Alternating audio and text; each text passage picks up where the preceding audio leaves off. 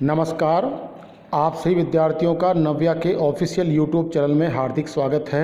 और आज हम लेकर आए हैं आपके लिए इंग्लिश ग्रामर में एक नया चैप्टर जिसका नाम है इन्फिनेटिव। इन्फिनेटिव को पढ़ाने से पहले मैं इसके बारे में कुछ एक्नॉलेजमेंट्स आपको हाईलाइट करना चाहता हूं कि इन्फिनेटिव को अंग्रेज़ी ग्रामर में जेरेंड का रिफ्लेक्सिव कहा जाता है। आई मीन टू से what is the reflexive means.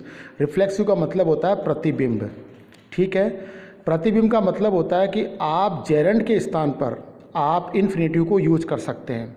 हमारे पास वेब पोर्टल के ऊपर कई प्रकार के सजेशन आए थे। बच्चों ने कहा था कि सर जेरेंड में और इन्फिनेटिव में क्या फ़र्क होता है। तो हमने वहाँ एक चीज़ समझने की कोशिश की कि अगर आपको एक साथ दोनों चैप्टर को समझाया जाएगा तो आपके कन्फ्यूज़न क्रिएट होगी। इसलिए हमने सबसे पहले जेरेंड को समझाया और आज हम आपको इन्फिनेटिव को समझाने चाह रहे हैं। उसके बाद हम दो चैप्टर आपको अलग अलग तरीके से समझाएंगे। उनका नाम है प्रेजेंट पार्टिसिपल और पास्ट पार्टिसिपल। उसके बाद एक ऐसा मल्टीपल चैप्टर बनाया जाएगा जिसके द्वारा आप 100% एबल होंगे इन्फिनेटिव, जेरेंड और पास्ट पार्टिसिपल और प्रेजेंट पार्टिसिपल को समझने के अंदर। तो मैं उम्मीद करता हूं आप सभी विद्यार्थियों से कि आप इस वीडियो को अंत तक देखें ताकि आपको इन्फिनेटिव के बारे में पूरी जानकारी मिले। तो मैं आपको दोबारा बताना चाहता हूं कि इन्फिनेटिव को जेरेंड का रिफ्लेक्सिव कहा जाता है। ये बिल्कुल जेरेंड के समान है। जिस तरह जेरेंड आपके नाउन की तरह यूज़ किया जाता है उस तरह से इन्फिनेटिव को भी हम नाउन की तरह सेंटेंस में यूज करते हैं। ये बिल्कुल नाउन की तरह होगा। इसका प्रयोग भी सेम जेरेंड की तरह होगा। आई मीन टू से इसको हम subject as a object in the sentence we will use. कहने का मतलब है इसे हिंदी का सेंटेंस हो चाहे अंग्रेजी का, हम दोनों में इसको as a subject as a object use करेंगे और नाउन के रूप में इसका प्रयोग किया जाएगा। इस चीज़ का आपको विशेष तौर से ध्यान रखना है। चलो सबसे पहले हम जानने की कोशिश करते हैं इसकी पहचान के बारे में कि इसकी पहचान क्या होती है। ठीक है, तो इसकी पहचान ये होती है कि ये एक तो संज्ञा और नाउन के रूप में होता है। दूसरी, हम इसे सब्जेक्ट आई मीन टू से कर्ता, ऑब्जेक्ट आई मीन टू से कर्म, इसे दोनों ही रूप में वाक्य में प्रयोग कर सकते हैं। ठीक है, अच्छा इसकी रचना कैसी होती है। सब बच्चों के मन में ये जानने की लालसा होती है कि इसकी रचना आई मीन टू से स्ट्रक्चर क्या होता है इसका।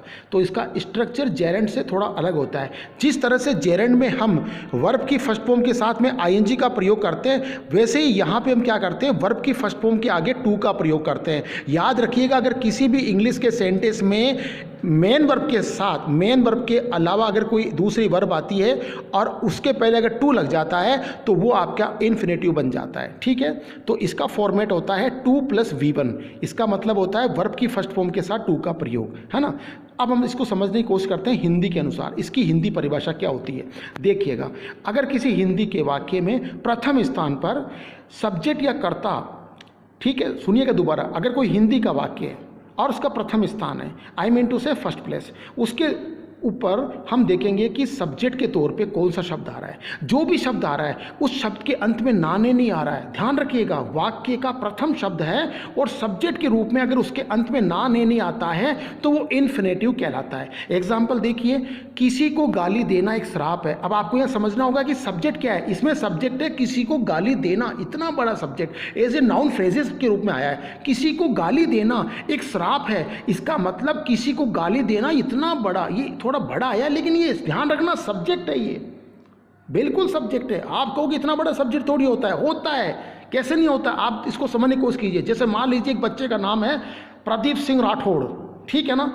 अब मैं इसको घर पे कहता हूँ चिंटू, तो चिंटू और प्रदीप सिंह राठौड़ एक ही है, बस हम उसका प्रोनाउंसिएशन अलग तरीके से कह रहे हैं। चिंटू को बुलाएंगे तो भी प्रदीप सिंह राठौड़ ही आएगा और प्रदीप सिंह राठौड़ को बुलाएंगे तो भी चिंटू ही आएगा। तो कहने का मतलब यहाँ पे भी वो सेम प्रोसेस है। किसी को गाली देना ये ओनली फॉर सब्जेक्ट है और ये नाउन के तौर पर प्रयोग हो रहा है, ठीक है ना। तो अब आप देखिए इसके अंत में क्या आया, ना। किसी को गाली दे ना आ गया, इसका मतलब ये आपका इन्फिनेटिव हो गया। हम इसको जेरेंड के तौर पर प्रयोग कर सकते हैं।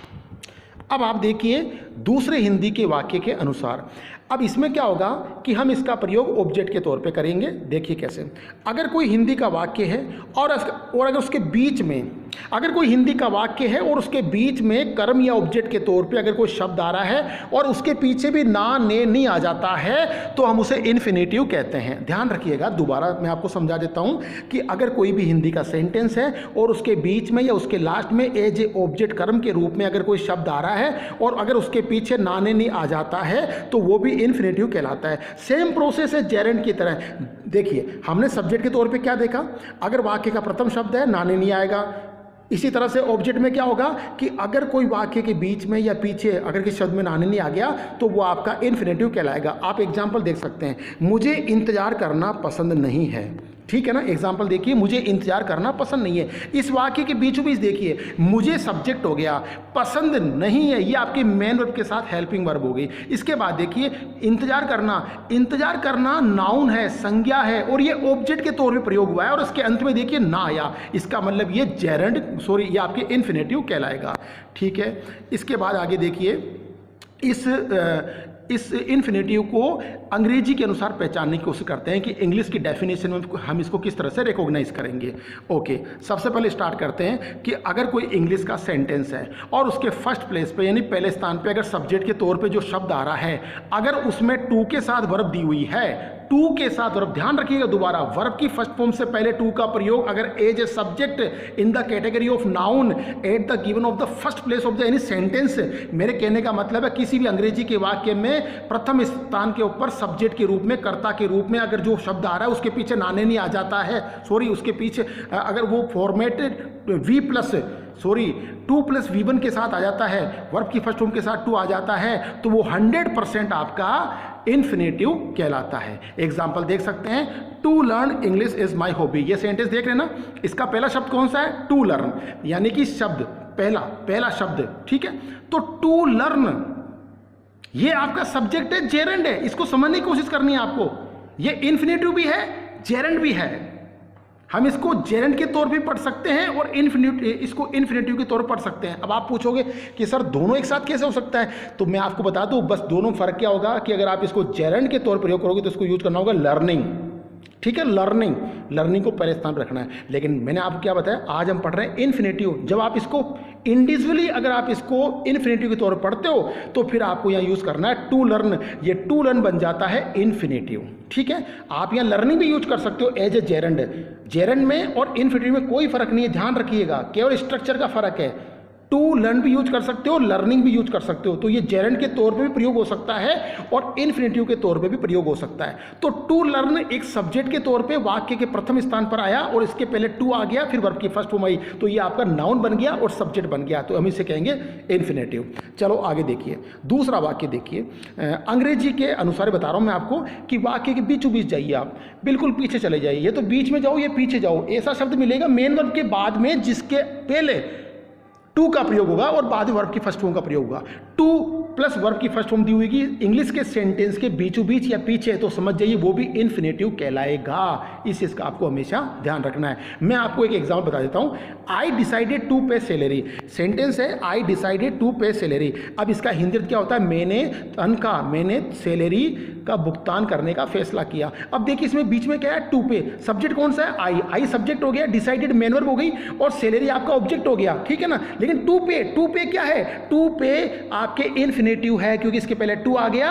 और मैं आपको फिर बता रहा हूं, जहां जहां हम रेड लाइंस कर रहे हैं वो आपको ये हाईलाइट्स करता है कि वो शब्द आपका इन्फिनेटिव के तौर पे यूज होने जा रहा है। तो इस तरह से मैंने आपको इंग्लिश और हिंदी के सेंटेंस के अकॉर्डिंग मैंने आपको ये डेफिनेशन बताई कि किस तरह से हम अंग्रेजी में इन्फिनेटिव का प्रयोग करते हैं और किस प्रकार से हम हिंदी में इन्फिनेटिव का प्रयोग करते हैं। चलो आगे चलते हैं इन दोनों के प्रकार के बारे में, द टाइप्स ऑफ इन्फिनेटिव, ठीक है। ये दो प्रकार के होते हैं, ध्यान रखिएगा। जैसे जेरेंड दो प्रकार का होता है, सब्जेक्ट और ऑब्जेक्ट के तौर पे, उसी तरह से इन्फिनेटिव भी दो प्रकार का होता है, सब्जेक्ट इन्फिनेटिव और ऑब्जेक्ट इन्फिनेटिव, यानी कि कर्ता के रूप में क्रियात्मक वाक्य या शब्द है ना, और ऐसे ही कर्म के अनुसार आपके क्या बोलते हैं, क्रियात्मक शब्द या संज्ञा कह सकते हो, ठीक है ना।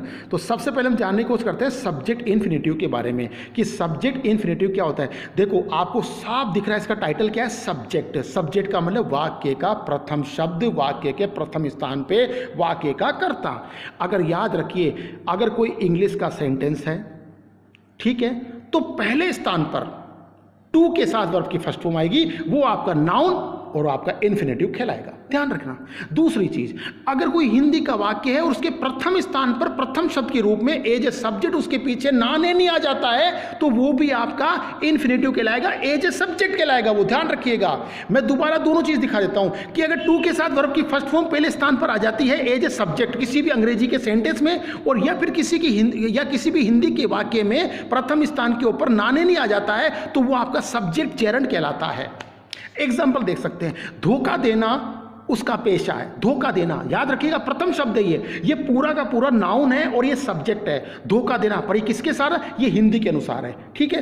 टू चीट, ये अंग्रेजी में देखिए, to cheat is his profession, यानी कि टू चीट वाक्य का प्रथम शब्द है, ये एज ए सब्जेक्ट यूज हो रहा है। तो टू चीट और धोखा देना दोनों ही वाक्य में प्रथम स्थान पर प्रयोग हुए, लेकिन वाक्य अलग अलग है, हिंदी का इंग्लिश का, हिंदी का वाक्य है तो धोखा देना, अंग्रेजी का वाक्य है तो टू चीट, लेकिन हम दोनों को ही प्रथम स्थान पर यूज किया, एज ए सब्जेक्ट यूज किया है, तो इसे हम कहेंगे subject infinitive. Is that clear? अब हम आगे चलते हैं, ऑब्जेक्टिव इन्फिनेटिव के बारे में समझने की कोशिश करते हैं। देखिए, अगर अंग्रेजी का वाक्य है और उसके बीच में या उसके पीछे अगर किसी भी ऑब्जेक्ट के तौर पे कोई शब्द आ रहा है, अगर उसके पीछे वर्ब की फर्स्ट फॉर्म के पहले टू आ जाता है, और अगर कोई हिंदी का वाक्य है और उसके बीचों बीच अगर नाने नहीं आ जाए किसी भी शब्द के पीछे, अगर वो जो ऑब्जेक्ट के तौर पर प्रयोग हो रहा है, तो समझ जाइए वो आपका ऑब्जेक्ट इन्फिनेटिव है। कैसे होगा? एग्जाम्पल देखिए, मैं पिकनिक जाना चाहता हूं, एक सेंटेंस है, मैं कौन है? सब्जेक्ट, जाता हूं मेन वर्ब हो गई, अब पिकनिक ऑब्जेक्ट हो गया, दूसरा ऑब्जेक्ट क्या रहा है? जाना। ये जाना वर्ब नहीं है, ये जाना ऑब्जेक्ट है, ये जाना आपकी संज्ञा है, ये वर्ब नहीं है, ध्यान रखना, ये वर्ब नहीं है, ये इन्फिनेटिव है, इन्फिनेटिव यानी संज्ञा है। अच्छा, I want to go to picnic, I want, I subject, want आपके मैन वर्ब हो गई, और टू गो आपका इन्फिनेटिव हो गया, और आगे आगे आपका ऑब्जेक्ट है। तो ये बिल्कुल बीचों बीच आया, अंग्रेजी वाक्य के बीचों बीच आया टू गो, और हिंदी वाक्य के बीच में आया जाना, तो ये आपका ऑब्जेक्ट इन्फिनेटिव कहलाएगा। तो मैंने आपको यहाँ पे इसके जो इसके वेरिएंट्स है उसके अकॉर्डिंग मैंने आपको इसको एक्सप्लेन करने की कोशिश की है, और अब मैं आपके सामने कुछ एग्जाम्पल रखता हूँ as a subject, as a object infinitive के, तो उस बेस पे आप इसको अच्छी तरह से समझने में एबल होंगे, ठीक है। तो चलो शुरुआत करते हैं। तो सबसे पहले देखते हैं एज ए सब्जेक्ट इन्फिनेटिव के बारे में। तो पहला सेंटेंस, पहला एग्जांपल देखिए, to care trees is good for us, पौधों की देखभाल करना हमारे लिए अच्छा है। मैं आपको एक साथ दो एग्जाम्पल समझाने की कोशिश कर रहा हूँ, मतलब हिंदी में और अंग्रेजी में, हम एक ही एग्जाम्पल को हिंदी और अंग्रेजी में समझने की कोशिश करेंगे। तो पहला अंग्रेजी का एग्जाम्पल क्या है? To care trees is good for health. यहाँ पे टू केयर, याद रखिएगा, अकेला केयर आता तो ये वर्ब हो सकता था, लेकिन इसके पहले टू आ गया और ये वाक्य में प्रथम स्थान पर आ गया, तो जाहिर सी बात है ये आपके as a subject, as a noun है ना, तो ये आपका नाउन कहलाएगा और कर्ता कहलाएगा, लेकिन किस रूप में? संज्ञा के रूप में। तो हम इसे कहेंगे इन्फिनेटिव, सब्जेक्ट इन्फिनेटिव, ओके। पौधों की देखभाल करना, ये हिंदी का वाक्य है, तो पौधों की देखभाल करना ये पूरा का पूरा सब्जेक्ट है, ये पूरी संज्ञा है, तो हम इसे कहेंगे सब्जेक्ट इन्फिनेटिव, पौधों की देखभाल करना। दूसरा एग्जाम्पल देखिए, टू स्ट्रगल, टू स्ट्रगल यानी संघर्ष करना। तो देखिए हिंदी में हम शुरुआत करें संघर्ष करना और अंग्रेजी में टू स्ट्रगल करना। तो देखिए संघर्ष करना ना पीछे आया, टू स्ट्रगल टू पहले आ गया, तो इसकी पहचान यही है कि वर्ब के पहले टू और वर्ब के बाद में ना ने नी, वर्ब के साथ में ना ने नी और इंग्लिश में टू पहले आ जाए तो समझ जाइए वो इन्फिनेटिव है। तो to struggle is basic of success, संघर्ष करना सफलता का आधार है। तो संघर्ष करना सब्जेक्ट हो गया और टू स्ट्रगल भी आपका सब्जेक्ट हो गया, और वो किस तरह से आया? As subject category of infinitive. आगे चलते हैं, to save water is must for the earth, है ना, धरती के लिए पानी को बचाना बहुत जरूरी है, ओके। तो क्या बचाना? पानी बचाना, पानी बचाना, पानी बचाना यहाँ पे सब्जेक्ट है, नाउन है, तो टू पहले आ गया, वर्ब के पहले टू आ गया, तो ये अंग्रेजी के अनुसार ये इन्फिनेटिव हो गया। कि वो कौन सा इन्फिनेटिव? Subject infinitive. अच्छा हिंदी में देखिए पानी को बचाना, तो ना आ गया पीछे, तो ये हिंदी के वाक्य के अनुसार एज ए सब्जेक्ट कैटेगरी में, एज ए सब्जेक्ट ये आपका इन्फिनेटिव हो गया। इसी तरह देखिए to manage, to manage all is hard, सभी को संभालना कठिन होता है, तो टू मैनेज वाक्य में प्रथम स्थान पर आया एज ए सब्जेक्ट, तो उसके पहले टू लग गया, तो ये भी आपका सब्जेक्ट कैटेगरी में इन्फिनेटिव हो गया। हिंदी में देखिए सभी को संभालना, तो ना पीछे आ गया, पूरा का पूरा सब्जेक्ट है, नाउन है, ना पीछे आ गया, तो ये आपका सब्जेक्ट इन्फिनेटिव हो गया। इसी तरह आगे देखिए to choose right is very hard. सही का चुनाव करना हमेशा कठिन होता है, बहुत कठिन होता है। तो इस अंग्रेजी के वाक्य में टू चूज आ गया, इसका मतलब वर्ब के पहले टू आ गया, तो ये आपका सब्जेक्ट इन्फिनेटिव हो गया। इसी तरह हिंदी के वाक्य को देखिए, सही का चुनाव करना, ये पूरा का पूरा सब्जेक्ट है, नाउन है, इसके पीछे ना आ गया तो ये भी आपका सब्जेक्ट इन्फिनेटिव हो गया। इस तरह से अब हम समझने की कोशिश करते हैं ऑब्जेक्ट के तौर पे कि हम किस प्रकार से ऑब्जेक्ट के तौर पे इन्फिनेटिव का प्रयोग करते हैं। आप पहला एग्जांपल देखिए हिंदी और इंग्लिश में। I don't deserve to get an honour. I don't deserve to get an honour, याद रखिएगा यहाँ पे HONOUR भी हो सकता है। मैं इस पर एक बढ़िया चैप्टर लेके आऊँगा जिसमें मैं आपको एक्सप्लेन करूँगा कि HONOR को भी सही पढ़ते हैं, HONOUR वो भी सही पढ़ते हैं, लेकिन किस तरीके से पढ़ना है उसके बारे में आपको एक मैं पूरी डिटेल से एक रूल समझाऊंगा, ठीक है ना। तो अभी वो सब्जेक्ट नहीं है, हमारा सब्जेक्ट ये है कि अभी हमारे को इन्फिनेटिव के तौर पे इसको पढ़ना है, ठीक है ना। तो I don't deserve to get या टू गेट ऑब्जेक्ट के तौर पे इन्फिनेटिव आया है क्योंकि मैं सम्मान पाने योग्य नहीं हूं। मैं सम्मान पाने योग्य, पाना, ये पाना है ना, ये वर्ब नहीं है, याद रखना। पाना यहाँ पे नाउन है, संज्ञा है, और वो ऑब्जेक्ट यानी कर्म के तौर पे आई है क्योंकि ये वाक्य के बीचों बीच है और ये मेन वर्ब के बाद में आई है। अब आप पूछोगे इसमें मेन वर्ब क्या है, तो वो है डिजर्व, तो वो डिजर्व आपके मेन वर्ब हो गई, ठीक है ना। इस तरह से अंग्रेजी में टू गेट और हिंदी में पाना, ये आपका ऑब्जेक्ट इन्फिनेटिव हो गया। हिंदी का दूसरा, अब आप इसका दूसरा एग्जांपल देखिए। He goes to ask him question, वह उससे प्रश्न पूछने जाता है, ठीक है ना। तो जाता है इसमें मेन वर्ब हो गई, उसके पहले क्या आया, पूछना, तो नाने नहीं आ गया, तो ये आपका ऑब्जेक्ट जेरेंड हो गया। इसी तरह से ही गोज टू आस्क, यानी कि इसके अंदर भी आस्क के पहले टू आ गया, बीच में आया, याद रखना, ये पहले नहीं आया, बिल्कुल बीच में आया। अगर पीछे आ जाता, बीच में आ जाता, उसके पहले टू लग जाता, तो आपका ऑब्जेक्ट जेरेंड, ऑब्जेक्ट इन्फिनेटिव बन जाता। इसी तरह से अगर हिंदी के वाक्य में या हिंदी के वाक्य में अगर बीच में या पीछे कहीं पर भी नाने नहीं आ जाता है और मेन वर्ब के बाद में अगर आता है वो, तो आपका ऑब्जेक्ट इन्फिनेटिव कहलाता है। आगे देखिए, I will do everything to prove me, मैं अपने आप को साबित करने के लिए सब कुछ करूंगा। तो देखना, डू यहाँ पे मेन वर्ब है, आई सब्जेक्ट हो गया। अब वो क्या करेगा, अपने आप को प्रूव करना, टू प्रूव। अगर प्रूव अकेला प्रूव आता तो मेन वर्ब बन सकता था, लेकिन यहाँ टू साथ में आ गया, इसका मतलब ये नाउन है और ये ऑब्जेक्ट के तौर पे प्रयोग हुआ है। तो टू प्रूव, टू लग गया, साबित करना पीछे नहीं लग गया, इसका मतलब ये आपका ऑब्जेक्ट कैटेगरी के अंदर इन्फिनेटिव हो गया। आगे देखिए, वी हैव टू पे, हमें भुगतान करना पड़ता है या हमें भुगतान करना है। तो इसमें देखिए लास्ट में हमने टू पे का प्रयोग किया, याद रखो पे के पहले टू आ गया, इसका मतलब इन्फिनेटिव हो गया। इसी तरह से भुगतान करना पीछे ना आ गया तो इन्फिनेटिव बन गया। बहुत आसान तरीका है, बिल्कुल सिंपल प्रोसेस है ना। इसी तरह आगे देखिए, आई एग्री टू प्ले, मैं खेलने के लिए तैयार होता हूँ, वो का वही प्रोसेस है, पीछे टू प्ले आ गया और बीच में खेलना ये नहीं आ गया। तो मैं आपको दोबारा समझाने की कोशिश कर रहा हूँ, चाहे अंग्रेजी का वाक्य है चाहे हिंदी का वाक्य, आप इजीली आप सब्जेक्ट कैटेगरी में ऑब्जेक्ट कैटेगरी में इन्फिनेटिव का प्रयोग कर सकते हैं। दोबारा पूरे चैप्टर को मैं सारांश में समझाने की कोशिश कर रहा हूँ। अगर अंग्रेजी का वाक्य है तो उसके प्रथम शब्द में टू के साथ वर्ब आएगी, और अगर हिंदी का वाक्य है तो प्रथम शब्द में नाने नहीं आएगा, याद रखना।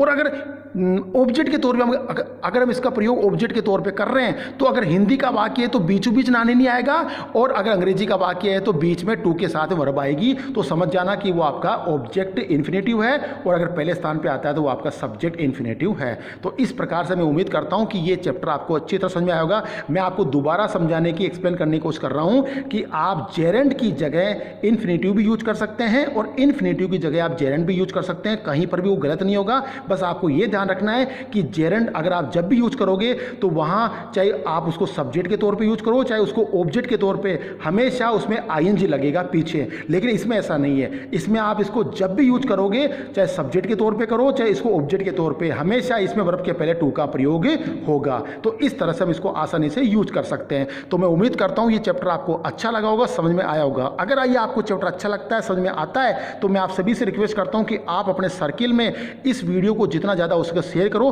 ताकि हर बच्चे को इसका फ़ायदा मिले और हर बच्चे की कन्फ्यूजन दूर हो, ठीक है। और मैं आप सभी से लास्ट में एक बार मैं आपसे रिक्वेस्ट करता हूं कि प्लीज़ आप हमारे यूट्यूब चैनल को सब्सक्राइब करना ना भूलें। आप सभी का बहुत बहुत धन्यवाद। Thank you so much.